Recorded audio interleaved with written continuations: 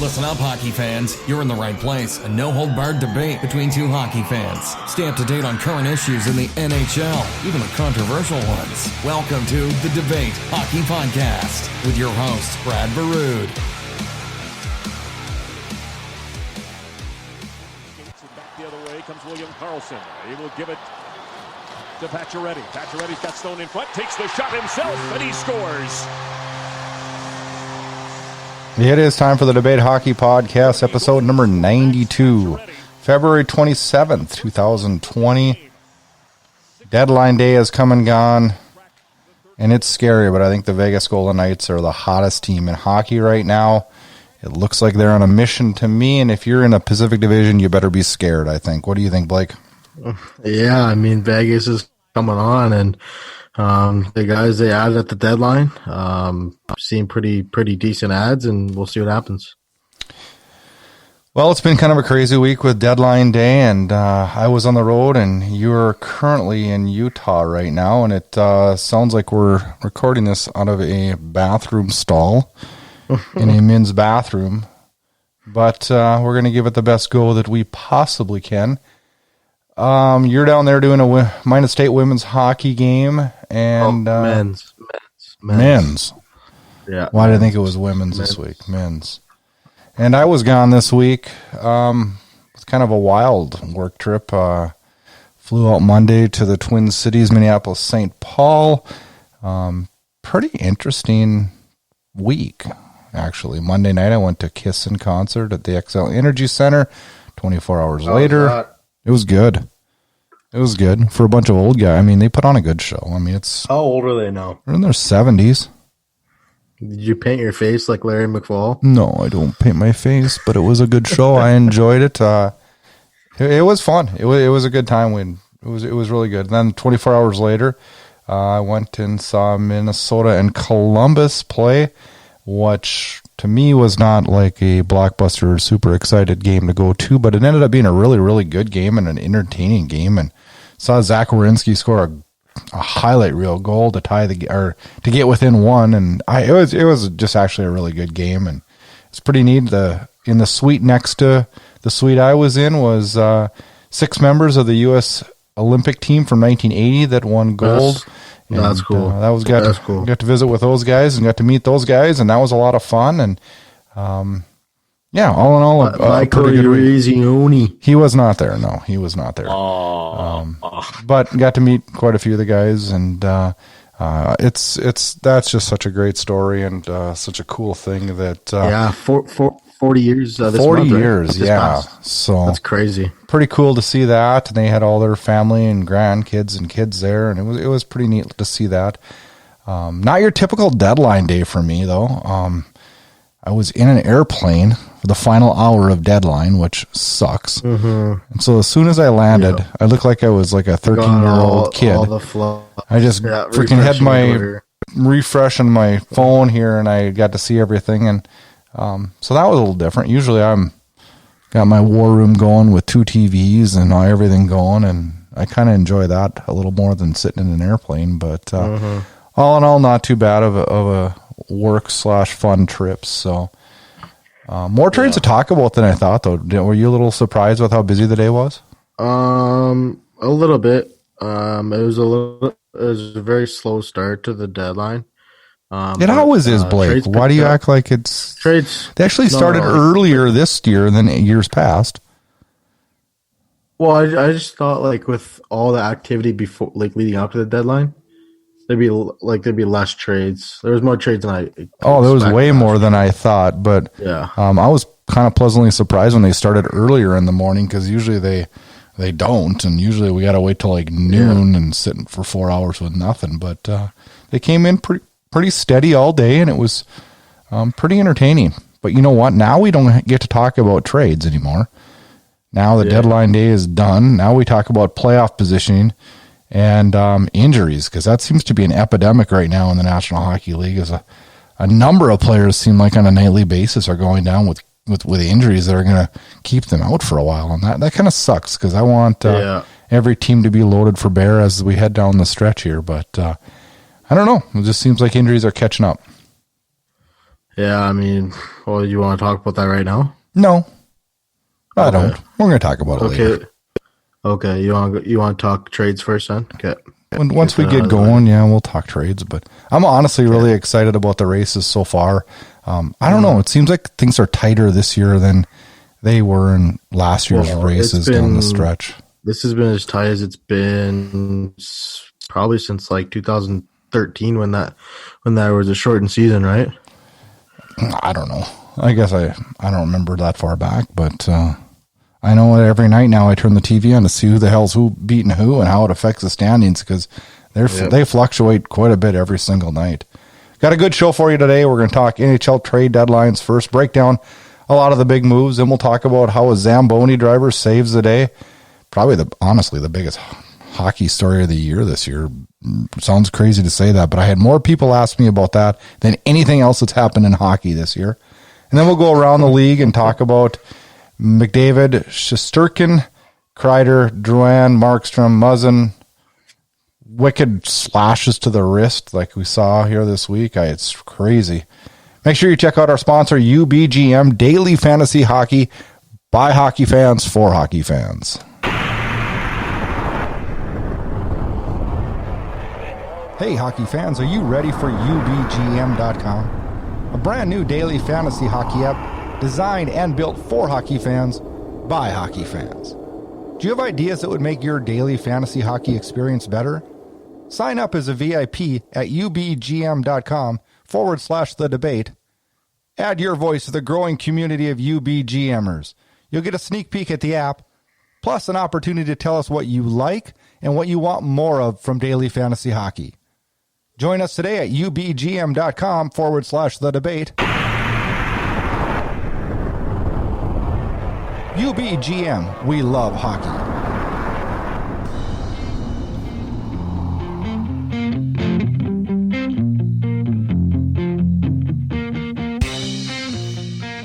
All right, Blake, lots to talk about here as deadline day has come and gone and lots of moves. So,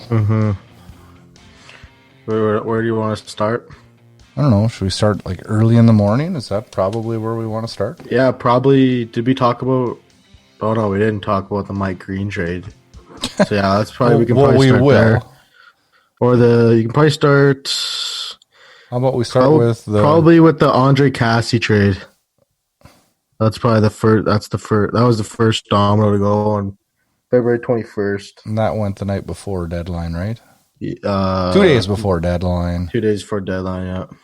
I don't know. Interesting move. It's actually a pretty good move in my mind. Is Boston? Well, Boston sheds Backus's contract. Yeah.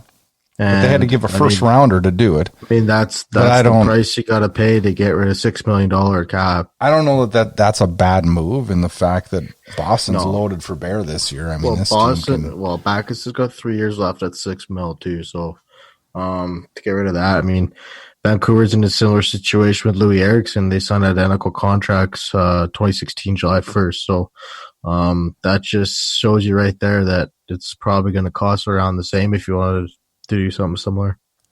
And we're not going to talk about every single trade out there, but we're gonna hit on the big ones. And I don't know. I think Boston. It's tough to say who wins this because Anaheim's getting a prospect out of this. So this is one of those. It's good for both teams. Good for both teams, yeah. One more move on the 21st too is Cody Eakin goes to the Winnipeg Jets, and Vegas gets a 4th round pick there. Did this one surprise you a little bit? It surprised me that the Jets took on Eakin's salary. Wow, he'll help them.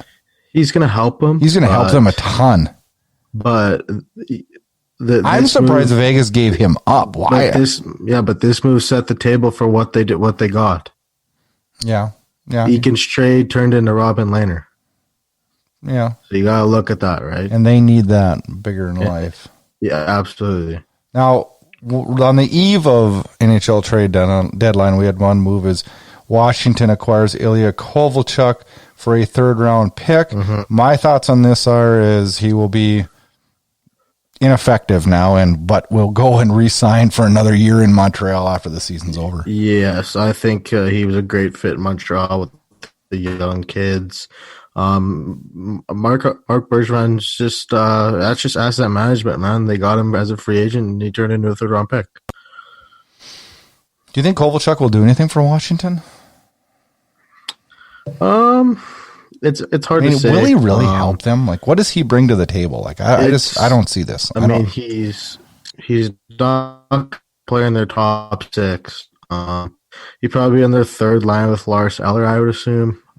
It's kind of cool to see him play with Ovechkin. I mean, they've been playing old and older their whole lives, and for them to be reunited in the NHL is kind of cool. Old and older is what I think. Right? Ovi got 700. No defense. Awesome. Neither one of them like to play defense. They'll fit in really good together. How would you like to be their line mate? Hey, Ovi plays defense now, kind of. Took him 10 years, but he's there. Yeah. Jesus. All right, let's talk deadline day, as the first domino to fall was in the middle of the night as Edmonton acquires Mike Green for Kyle Bronziak and a conditional 2020-2021 pick.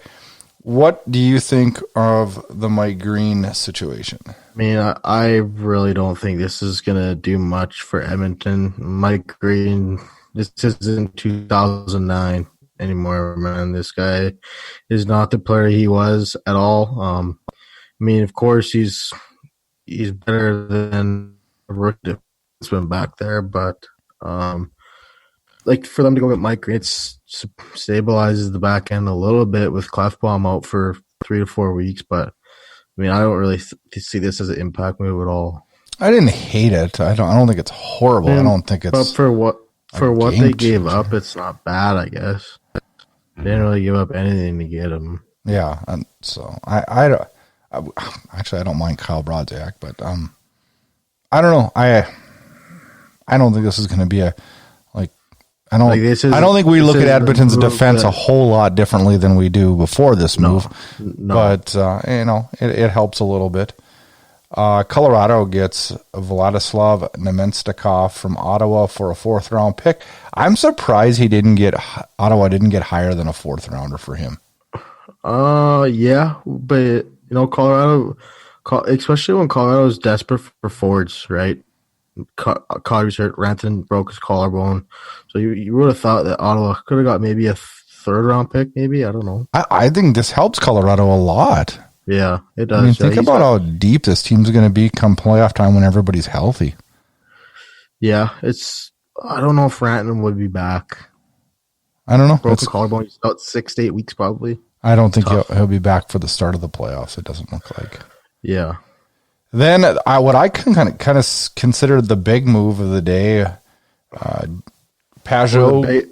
Or the biggest overpay? Is that what you're going to say? I don't know. Do you think it's the biggest overpay?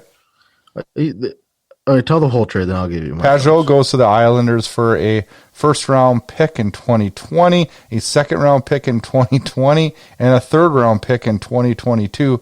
All picks conditional except for the 2nd rounder. I thought Ottawa got a pretty good haul for this one. Well, yeah, here's the thing. Gabriel Pajot is at best a 3rd line center.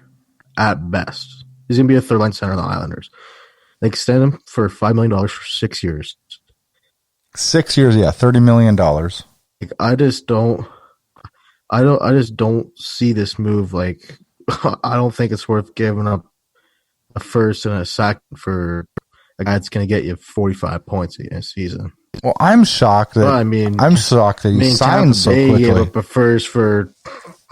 But hey, you know what? That Blake Coleman deal. Here, I'm going to tell you why they did that on the Blake Coleman deal. You want to know why? Tampa Bay, originally when I saw that, I'm like, what is Tampa Bay doing? Like, have they lost their mind? It's cost certainty, though. $1.8 million. Yeah, it's cost certainty. They need that more than any other team here heading in the next few weeks, or next few years. Vinny Trocheck, Florida trades Trocheck to Carolina for 4 guys. It's Eric Holla, which I like Eric Holla. Mm-hmm. Lucas Walmark, Chase Prisky, don't know who he is, and Etu Lusterin. Do you know who that is? I don't know who that is. Negative. Chase Prisky's a good ad, though. Is he really? He played in Quinnipiac. NCAA 4 years. He's in the AHL now. He's got 40+ points in the AHL. So he's a good ad, huh? 23 years old. So okay, I think fill me in though. Why? I think he'd be a good future team. So fill me in. Why did this happen? Why did this happen? Why is Carolina? Is Trocheck that bad in the room? He's got to be. There's got to be a reason for this. There's reports that him and Quenneville got into it. I don't know if that's true or not. It would make sense, though, wouldn't it? I'm not. It would make sense because you don't really see a top 6 player with term get traded at the deadline. You usually see those deals at the draft or like off season. You don't really see, and especially when they're 4 points out of a playoff spot. It threw me for 4 players, but two of those players are prospects. I mean, Lucas Wallmark and Eric Holla will insert in the Florida's lineup, but yeah, I think this is a win for Carolina right now. But I think Carolina won the trade deadline. I'll just flat out say right now. Yeah, I mean, I don't know that you're wrong on that. That's for sure. I mean, Trocheck will help them. Eric Holla, I don't know. A lot. Well, he broke his leg last year, right? So he's slowly getting back to the player he once was before the injury, right? Mm-hmm. Patrick Marleau goes to Pittsburgh for a 3rd-round pick in 2021, which is conditional. One last kick of the can. This move didn't really surprise me a ton because Marleau can still play the game pretty well. And the pick becomes a second if Pittsburgh wins the Stanley Cup. That's the condition. I don't know. San Jose's just getting all the picks they can, right? They're doing a good job, though, aren't they? How embarrassing. They're doing a good job getting picks, though. They still don't have a first-round pick, and this year they're who are they going to get a first for? And it's tough. No, they traded their first-round pick in the Carlson trade. I know, but they got a first-rounder back now. Who? They just got one at the deadline. Oh yeah, that's they got a first rounder for we'll Barclay Goodrow. We'll get to that. That might be the worst trade in history. Speaking of crazy ones that I don't understand, Buffalo acquires Wayne Simmons for a 5th-round pick. Yeah, what does Buffalo need Wade Simmons for? Here's like what are they doing? Last week you told me that New Jersey would not eat money on Wayne Simmons' deal. Why? But I don't understand why they would even do that. Like they ate 50% of his deal, and they only got a 5th-round pick. So they just bought a 5th-round pick. I don't understand what the hell either team's doing here. Yeah, like does Buffalo really think they're in a playoff race? I guess so. They were talking like it last night on TV too, and I don't think they are. I don't either. How ironic is it that Calle Rosen gets traded from Colorado to the Avalanche in the Kadri deal, and then he gets flipped back to Toronto for Michael Hutchinson. Colorado will like Hutchinson. It's a security blanket. They like their southpaws, that's for sure. He's a security blanket. Jose Theodore played there for Ancuz and now Hutchison. Yeah. Boston gets Nick Ritchie from Anaheim for Danton Heinen. This is probably the only hockey trade of the deadline. Yeah. One of them, yeah. It's a good player for a good player. Yeah, I think solid move. I think Ritchie will help Boston, don't you? Yeah, I mean he plays the physical style that the Bruins like playing, and I mean nothing against Danton Heinen, but he's just not that type of player for the playoffs. And I think Nick Ritchie will help him a lot in the bottom 6 in that department. Edmonton acquires Andreas Athanasiou, Ryan Kuffner for a 2nd-rounder, 2 2nd-rounders, one in 2020, one in 2021, and Detroit also gets Sam Gagner in the package. How do you feel if you're Sam Gagner in this one? Kind of like a kick in the nuts, to be honest. He was like a throw-in. Holy crap. Yeah, definitely a throw-in in this. And, that's the business of trades like this. You need money to go the other way, and Sam Gagner was caught in that business. And I think Anthony Ciu everyone looks at his plus minus this year, minus 45 or whatever it is. But he's on Detroit. Playing on the worst team in NHL history. I mean, it's just absolutely terrible. But, I mean, I think Ken Holland looked at his lineup and said that, we need to add some speed and give McDavid some help. And I think this would be a good trade for him. But he did get hurt last night in Las Vegas and didn't return. So we'll keep an eye on that. It initially sounds like he will be missing some time also. Edmonton also acquires Tyler Ennis for a 5th rounder from Ottawa. I don't know. I really like this move. Do you really? I do. What do you see in this one? He's a local kid. He's got a lot of speed. I think he's going to be a really good fit with McDavid. And he scored. He had 2 goals in his first game with the Oilers. And I mean, for what they gave up, the 5th round pick in 2021. This is a guy that can play in their top 6, and he's going to help their power play too. And this is a solid move for Edmonton. Then Calgary got into the mix. They acquired Derek Forbort from Los Angeles for a 4th round pick in 2021, and then right after that, acquire Eric Gustafson, defenseman from Chicago, for a 3rd round pick. Both depth moves that solidify. No. Gustafson is not a depth defenseman. You're gonna kind of. I'm not saying I'm going to like both of them because you can never have enough good defensemen. Last year it was Fattenberg from LA. Yep.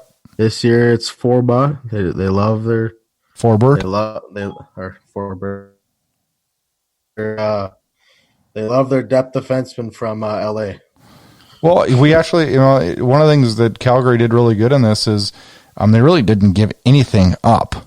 And with Hamonic get down and Giordano injured and just came back tonight, actually, can you have enough defensemen in the playoffs? I mean, this really solidifies the back end for the Flames and will hopefully help them. Well, Giordano returned today, too. Yep. That's a big return. But then Hamonic's still out, though, correct? Hamonic's out, and it sounds like it's going to be a little while on Hamonic. So, but this Eric Gustafson guy, but he's not really good defensively, though.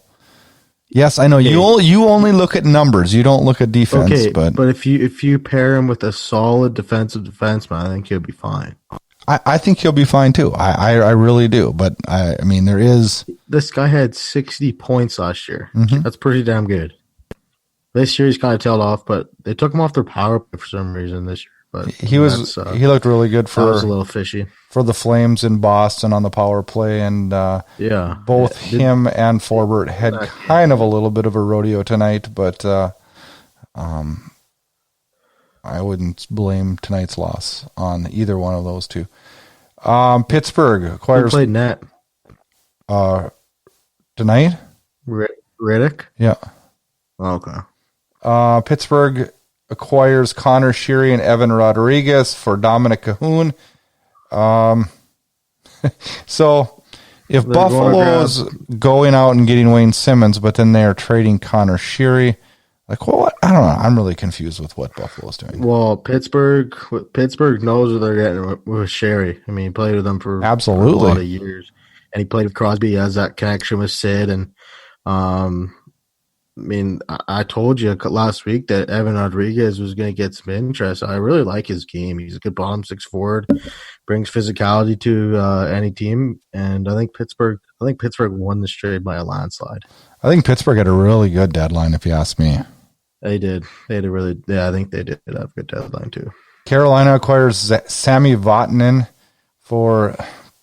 Why do I got to announce all these like crazy ass names? Johnny Kukanen, Claesson, and a 4th round pick. Vatanen will be good. He is a UFA though, so probably a pure rental for Carolina. Yes. Moving on, Vegas acquires Robin Lehner in a 3-way deal that sends Subban to Chicago. What were they thinking? Why do they want Subban? Do they want Subban, or was he just like, you're going with? Well, that's how it is. What's that? You cut out on me. When you trade for a goalie, you got a certain amount of goalies on your list, on your roster. So that's what that's about. And they get a second-round pick in Slava Demon. I mean, it's a really good trade for Vegas. I mean, if Fleury goes down, they're toast. This is a huge trade for Vegas. This is huge. As Robin Lehner solidifies the only thing that I thought was wrong with Vegas's lineup. So this is a huge acquisition. Fleury a lot, you know, if you need some rest on the stretch, okay, you got another starter. Then Tampa Bay acquires Barclay Goodrow and a third-round pick from San Jose for a first-rounder and Anthony Greco. This one was a head shaker to me. And then what is it's Tampa doing? Cost certainty. Cost certainty. The contracts are signed. So now next year they have cost certainty. You need to have filler guys. Okay, I don't care, Brad. I really don't care about You have that. to. I'm not giving up a first round pick and a prospect for a guy that has 24 fucking points in the NHL. They're in win now mode. They're in win now mode. You have to have cost certainty. It totally makes sense to me now after it was explained to me. Goodrow really win them the cup? Is he worth the first round pick? Evidently. No way he's worth the first round pick. According to what, though? Okay, so he's cost certainty, Blake. Like, you need to have that. Tampa Bay is screwed if they don't get some guys under contract that are decent hockey players. You can't just have all scrubs on your back two lines. I'm going to go look at this guy's contract. Continue while I'm doing this. I just don't like this deal at all. The only other trade that fell in late in the thing that was worth anything, Columbus that gets Devon Shore from Anaheim, and Anaheim gets Sonny Milano from Columbus, and that is just kind of a hockey deal too, actually. Yeah. Okay, so Barclay Goodrow's making $1 million this year or next year, and then $850,000 the year after that. Yeah. So it's cost certainty for a guy that can put up points. 24 points. Well, what do you expect, Blake? You can't have your third and fourth liners don't put up 50 points. Name me a team that has their fourth line putting up 40 points. It just doesn't happen in hockey. Name me a GM that trades a pick for a fourth liner. When you're going for a cup. Doesn't happen. Yeah, when it does happen when you're going for a cup. They had a better team last year, and they lost in the first round. Well, Washington had a better team the first year too, and then they lost in the first round. And then the next year they won the Stanley Cup. So Thornton has no takers. Nobody wanted Jumbo Joe, and I don't feel sorry for him. No, he gives a trade list of like 3 teams, and then those, like, if you want to really be moved, like Florida was interested in him. Why wouldn't he waive to go to Florida? I mean, he had a list of like 3 teams, so I don't feel bad for him. The fact that he went and like sounded off on the Sharks and said like, "Oh, I want another shot, dude." You could have been traded. You were absolutely about who you were going to go to. Yeah, he's too picky. You know, I don't know. I don't feel bad for him at all. There's no clear-cut favorite who's going to win the cup. No. Who would you say your favorite is right now? Pittsburgh or Boston, yeah. Yeah. One of the two. Yeah, that's what I would say too. Yeah. Maybe St. Louis. Yeah. I don't know. Zach Parise. Big deal there that falls through at the last minute with the New York Islanders. I'm so happy that deal didn't go through. Why? That would have been so bad. It would have been so bad for the Islanders. Well, we don't know what the deal was, though. Well, it was going to be centered around Andrew Ladd and Zach Parise. Yeah, but we don't know the other details involved. You know, we don't know the other details. Did you see the cap recapture for Zach Parise? No. If he retires next year, he's not going to retire next year. I'm just saying, if he retires early before his contract is up, guess the cap hit the last year of his deal. $26 million. Yeah. That's crazy. And I'm over here bitching about Luongo's $3 million capture. That would be nuts. well, it's not going to happen. Same thing as Zach Parise has about 8 good years of hockey left in him. I think Weber might retire like before his contract, and then Nashville would be really screwed. Yeah, I don't know. I don't know if that'll happen. Why would you retire when you got that big money coming in? It's tough. It's a lot of money. Yep. Feel good story. Zamboni driver saves a day. David Ayres, a Zamboni driver for the Toronto Marlies who is employed by Maple Leaf Sports and Entertainment. The 42-year-old was called to action at the about 13-minute mark of the second period. Carolina was up 3-1 at the time, and he goes on to win 6-3. Hey, before we get to this, though, what was your thoughts on the Brady Schaefer first-round pick? Do you think that Carolina overpaid? Yes.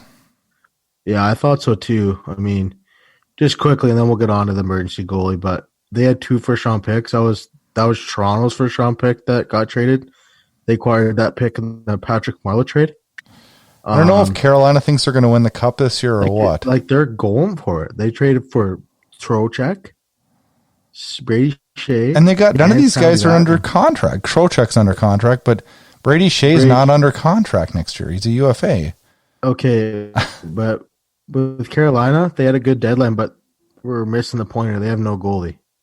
Exactly. They should have went out and got Robin Lehner. Yeah, absolutely. I agree with you. They should have went out and got that pick, that Robin Lehner, for a second-round pick.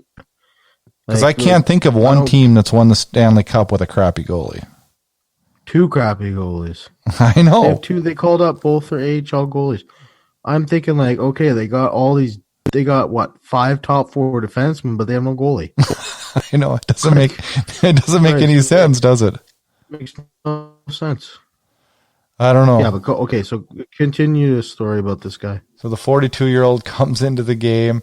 I don't even know what to describe. First, Reimer goes down on a play where Hyman kind of slammed a guy into him, and so he goes out. And then, well, this one almost surprises me as much as giving up a first rounder. What's Mrazek coming out of the net that far to play the puck? Okay. When his other goalie's already injured? And I actually am siding with Clifford on this one, and the fact that he was just going for the puck and he never even looked up. Yeah, no, it was a complete battle for the puck.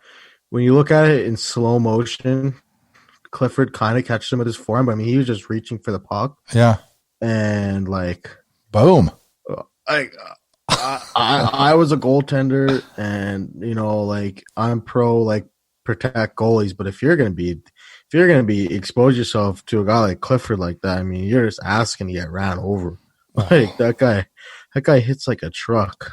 Well, it wasn't even like you ran him though. I mean, because he just literally came out and like created. That's 2 big bodies too. Oh, like Mrazek's the big boy. You know, a hell of a good story. First let's describe a little bit of the background of the emergency goalie. If most of our listeners, I'm sure, if they're listening to this, they're big enough into hockey. But each home team is to have an emergency goalie that they supply for both teams.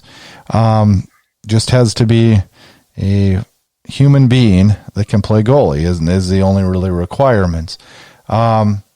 David Ayres is the guy in Toronto, and he was called upon. And it was hilarious as he comes in a 3-1 game, lets in the first 2 shots, and manages to close the door after that, as the Leafs sadly only managed 7 shots in the third period and lose to their own damn employee, which seems crazy as can be. Well, okay, so they only allowed 7 shots in the third, and that just shows like what type of team Carolina is. This guy comes in, and they're battling for a playoff spot too, right? Mm-hmm. And both teams are, and their defense just absolutely locked it up. And this could have been a disaster for the league, an absolute colossal disaster for the NHL. This guy is employed by the Toronto Maple Leafs. He's wearing a Toronto Maple Leafs mask. He's wearing a Toronto Maple Leafs pads. This guy could have just like,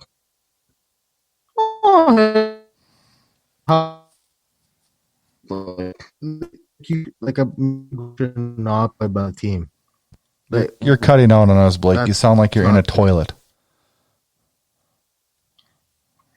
Okay, you hear me now? Vaguely. Okay, so what I was saying is this could have been a disaster for the NHL. Well, yeah, but what do you do? Let's jump to that. That was going to be part 2 of this. As I was going to ask, should the NHL change the emergency goalie procedure? There's been talk 100%. but wait a second before you say 100%.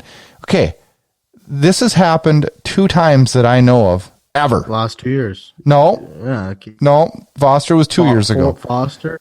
Okay, it's happened 3 times. I can think of one other time. But here's the deal, though. Like, what are you going to do? They say, well, every team should carry a third guy that they pay $100,000 a year, and that won't happen. Okay. So then, what do you do? What do you do? You have a guy who has played at a higher level than Junior B, so that's where we start with.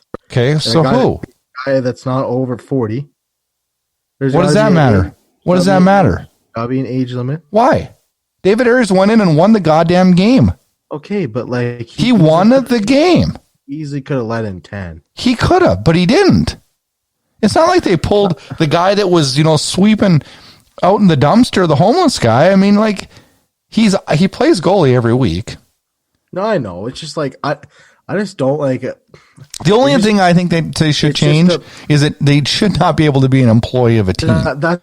That's what I said before my mic cut out. Okay, so yeah, it could have been bad. Like this guy's wearing a Toronto Maple Leafs mask and like he practices with the Leafs. He does not practice with the Leafs. He's practiced with the Leafs before. He practiced outdoors with them the other day, like right before the game. Okay, well, he doesn't on a normal basis, but like, what's the problem with that though? Don't you want a guy that sees shots?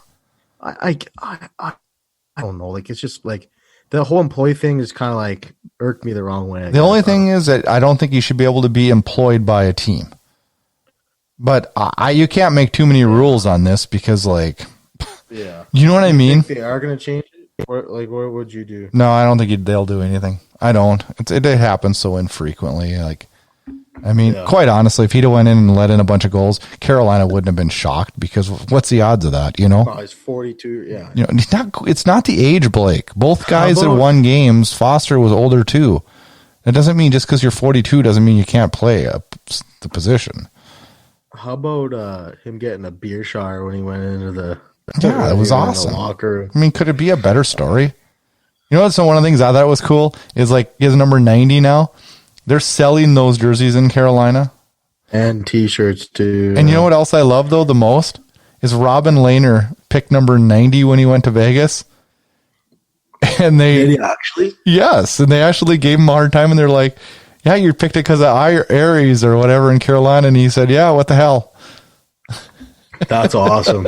I love that. So I mean, just funny things like that. Now his stick's going to the Hockey Hall of Fame, and it's it's a feel good story. And quite honestly, like everybody that is around me knows what a hockey guy I am. And I had more people this week that aren't hockey people come up to me and say, "What's this story about the guy coming in and winning a game?" Like it got hockey. I mean, a lot of people talking about it. And it's actually kind of a comical, fun, good story. 2 things before we'll wrap this part of the talk of the Zamboni driver up, and I want to get your reaction on this. This guy has won more games this year than Corey Schneider. Corey Schneider won this last game, and he's playing right now. He's playing pretty good, actually, right now. Again, I'm watching in the back here. Okay, and you want to hear another stat? You want to hear another stat? You need to hear this one now. This guy has won more games in Toronto in his career than Roberto Luongo. That is hilarious. Time to take a quick trip around the National Hockey League. Let's talk McDavid as he returns from injury, scores an amazing goal, his first night back. This guy is a machine as he keeps rolling and rolling. And honestly, so do the Edmonton Oilers. And that sounds crazy to say that. Then they rolled right into Vegas last night. And got pumped. Got rolled. Yeah. Well, I'm scared of Vegas. This is a good hockey team. Yeah, we play them once more this year. Rangers goalie of the future, Igor Shesterkin, injured in a car accident, broken ribs. This guy was winning games for the Rangers. He's what, like 15 wins? And this creates an amazing dilemma, and we're going to talk about this in one of our future podcasts on what do you do if you're the New York Rangers and you've got Georgiev, Shesterkin, and Lundqvist, and you want Lundqvist to go. That's an easy situation. You buy out last year of Henrik Lundqvist's contract. He won't. He doesn't have a choice. Yeah, but you just can't buy out. Sure, you can. No. If he doesn't want to waive his no trade clause and he doesn't want to comply. Yeah, but then you have to pay a penalty then too. It's worth it. So, you know, I don't know. It's easy. It's an easy situation. Yeah, but he's also the greatest goalie that your franchise has ever had too. Doesn't matter. He's 38 years old. Yeah. Well, you signed him. He's at the end of his career. You signed him. You know, I mean, that's I don't know. It'll be interesting to see how that one all plays out. Montreal loses. Guys, how many games? He's 9-1 with a 940 save percentage and 2.23. Yeah, it's pretty good. He's the only reason that New York's still alive in a playoff race. Yep, he's 24 years old too. Drouin out with an ankle injury. Is this guy just injury prone or is it bad luck? I think it's more bad luck than anything. It's honestly tough to see because he is a pretty dynamic player when healthy. Montreal really can't catch a break in that department. No. Markstrom out for Vancouver. He had an MRI, which led to a lower body procedure. They will evaluate in 2 weeks. It looks like Markstrom's going to be out for some time. Yeah, it's not going to sugarcoat it. Fucking huge blow to this team. I have a lot of confidence in Thatcher Demko, but he's gonna be battle tested. This is his first stretch that he's the guy. And we'll see if he puts his nuts on the table. He didn't look too good against Ottawa today, led in 4 goals and 23 shots. But the Canucks 5-2. Markstrom's been the MVP. That's a no-brainer this season for the Canucks. He's probably going to be in Vezina conversation if he didn't get hurt. He's enjoyed a career year, but yeah, there's no sugarcoating. This is a huge loss for the Canucks. Toronto also having troubles. They can't catch a break as Muzzin's out with injuries just 2 days after signing a contract extension that pays him 4 years at $22.5 million. First off, sucks that he's injured. If you're a Toronto fan, what do you think of the contract? I like the deal.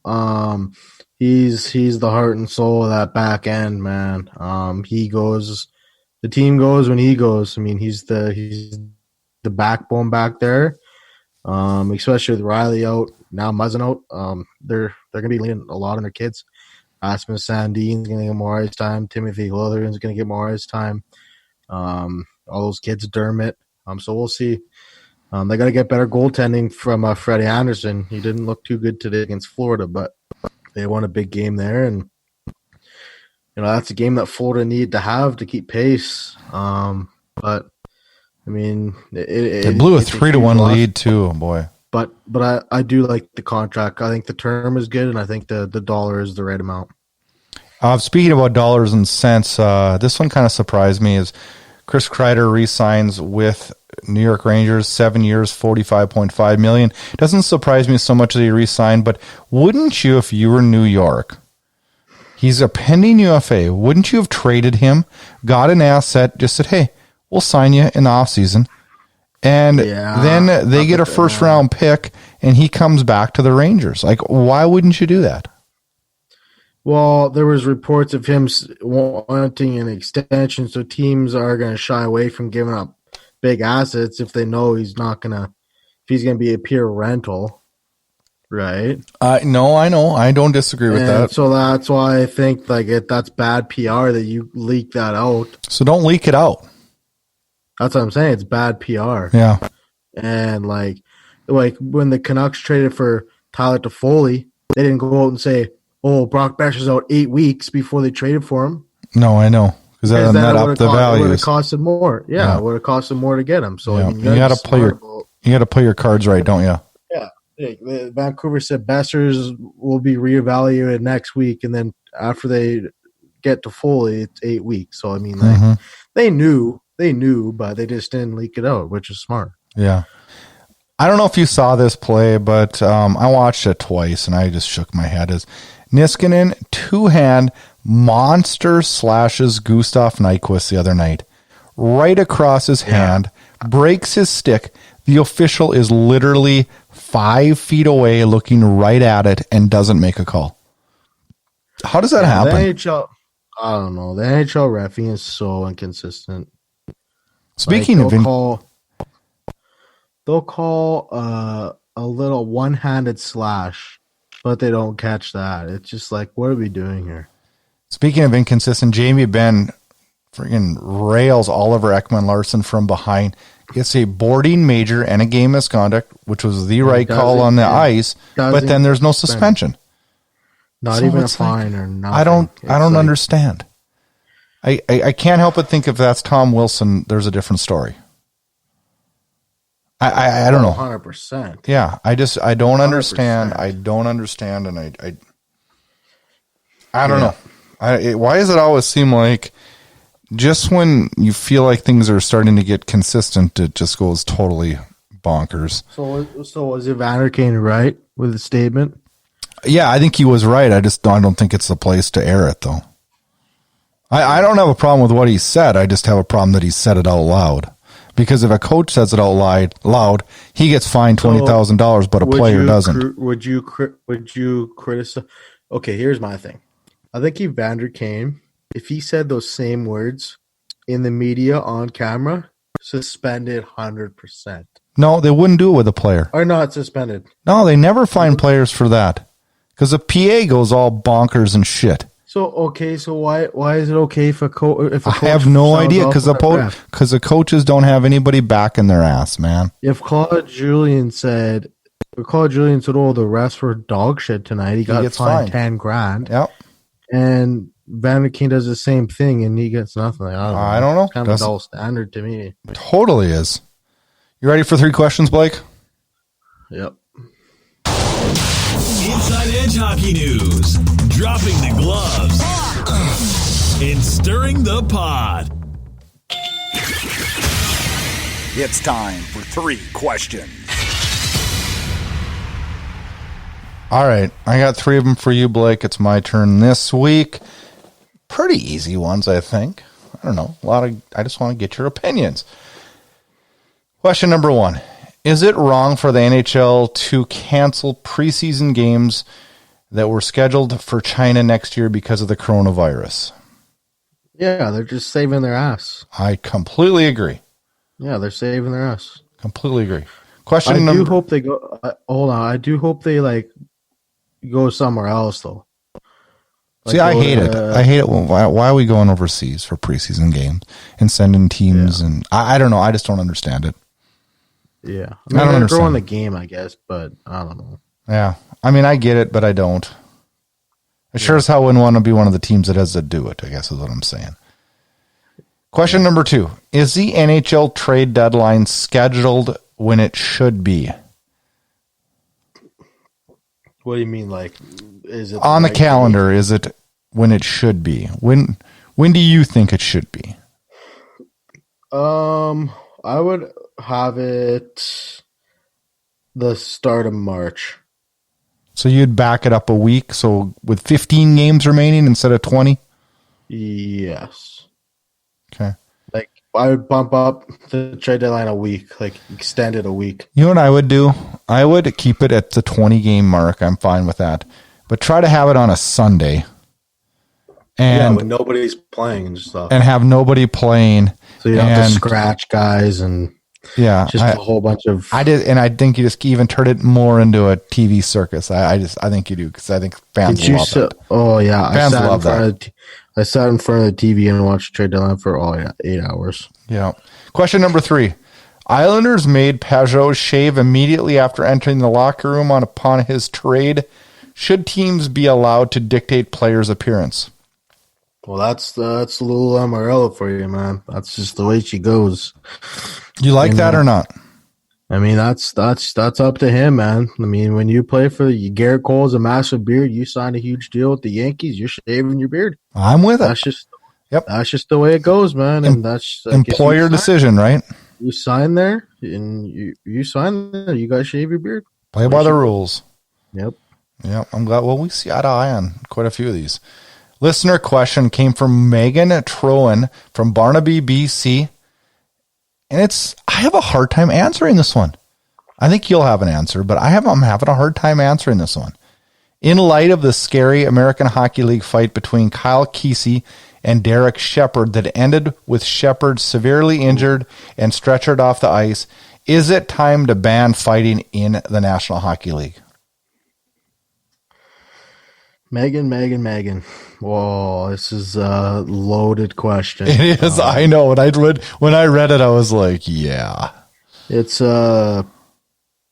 we could do a 2-hour debate on just this. I mean, you really could. I think fighting has a place in the game, in terms of players policing themselves and stuff like that, and it's a way to hold players accountable. I mean, when you have guys like Tom Wilson running around like clowns out there, they need to be policed, and sometimes the refs don't see that stuff. And I mean, you hate to see guys get knocked unconscious and their head slammed ice and them stretchered off the ice, but I mean, it takes two to tangle. I mean, you got to agree to the fight. It's not like you're getting jumped or you're getting sucker punched, but I mean, like, it's such a loaded question, but I do think that, I mean, it's phasing its way out of the game. There's not as much fights as there once was, but I mean, there's still a place for it. If that's a good enough answer, I don't know. Here I'm going to throw my 2 cents in here, and I've always been pro fight, but when I keep seeing these things happen, I keep thinking, man, this is crazy. You know how I think we could fix the problem a little bit? Like when a guy is in front of the net and a guy cross-checks a guy and another guy cross-checks him and they just drop their gloves and go. Mm-hmm. I love that. Yeah. But it never seems like in those type of fights that something like this happens. Well, it seems like these are always the staged ones. Yeah. When two enforcers do it. Well, they did get rid of stage fights in the NHL.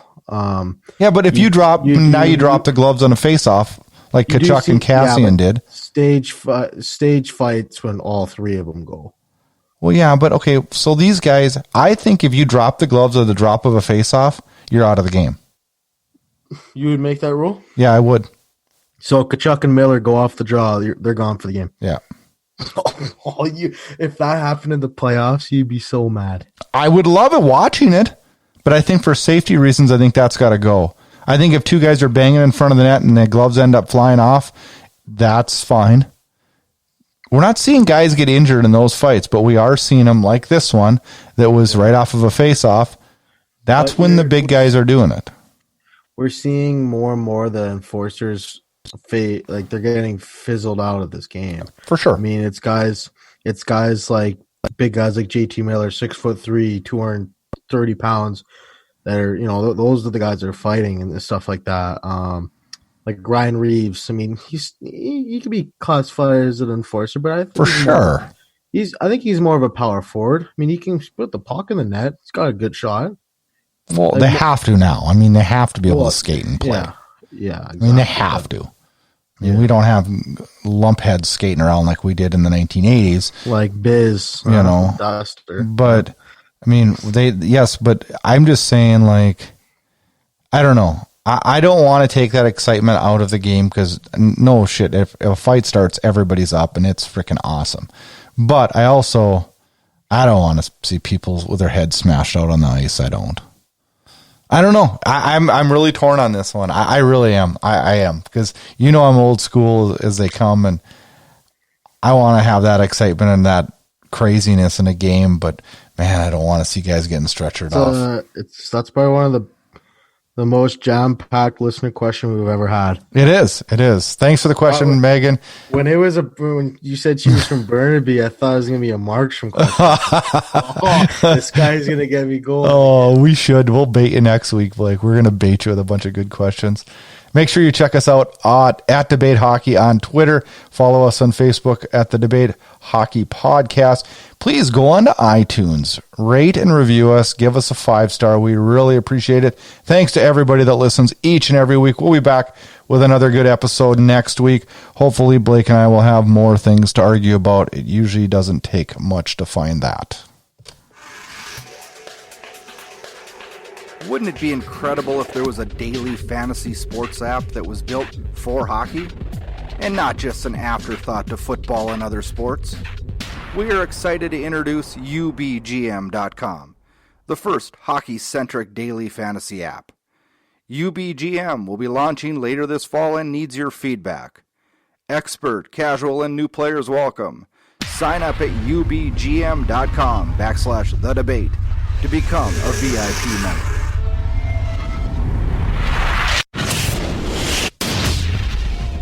Get connected. The Debate Hockey Podcast can be found on Twitter at Debate Hockey. Also, make sure you check us out on our Facebook page, The Debate Hockey Podcast. Brad Burud can be found on Twitter at Brad Burud, and co-host Blake Friars can also be found on Twitter at Friars_Blake. If you like what you hear, please rate and review us on Apple Podcast. The Debate Hockey Podcast can be found on all major podcast players. And please consider subscribing to the Inside Edge Hockey News on Patreon. That'll get you exclusive content and much more. Thanks again, and enjoy the hockey action. Kevin Bieksa had come up and had a word with Westgarth a moment ago, and now Bieksa is going to face off against Westgarth, so the defenseman moves up for the Canucks. Tortorella at the Vancouver bench is already looking at the Calgary bench. Line brawl to start this game.